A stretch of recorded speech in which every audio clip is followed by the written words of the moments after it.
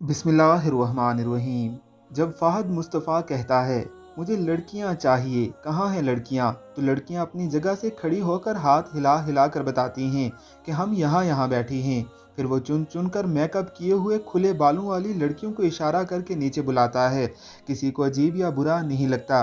किसी लड़की के साथ बाई, अब्बू, मामा, चाचा वगैरह, और किसी के साथ तो खामन भी होता है। लड़की को फ़हद मुस्तफ़ा के पास भेजने वाले हजरात बड़े खुश होते हैं कि हमारे लिए इनामात जीत कर लाएगी। किसी बेपर्दा लड़की को अगर उसके गली मोहल्ले में कोई आंख भर कर देख ले तो अक्सरियत लोग देखने वाले की माँ बहन एक कर देते हैं। अक्सरियत लोग तो देखने वालों के हाथ पांव तोड़े बगैर सुकून नहीं करते।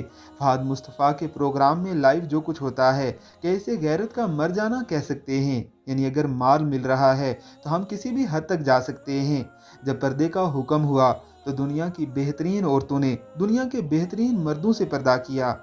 राय ज़रूर दीजिएगा।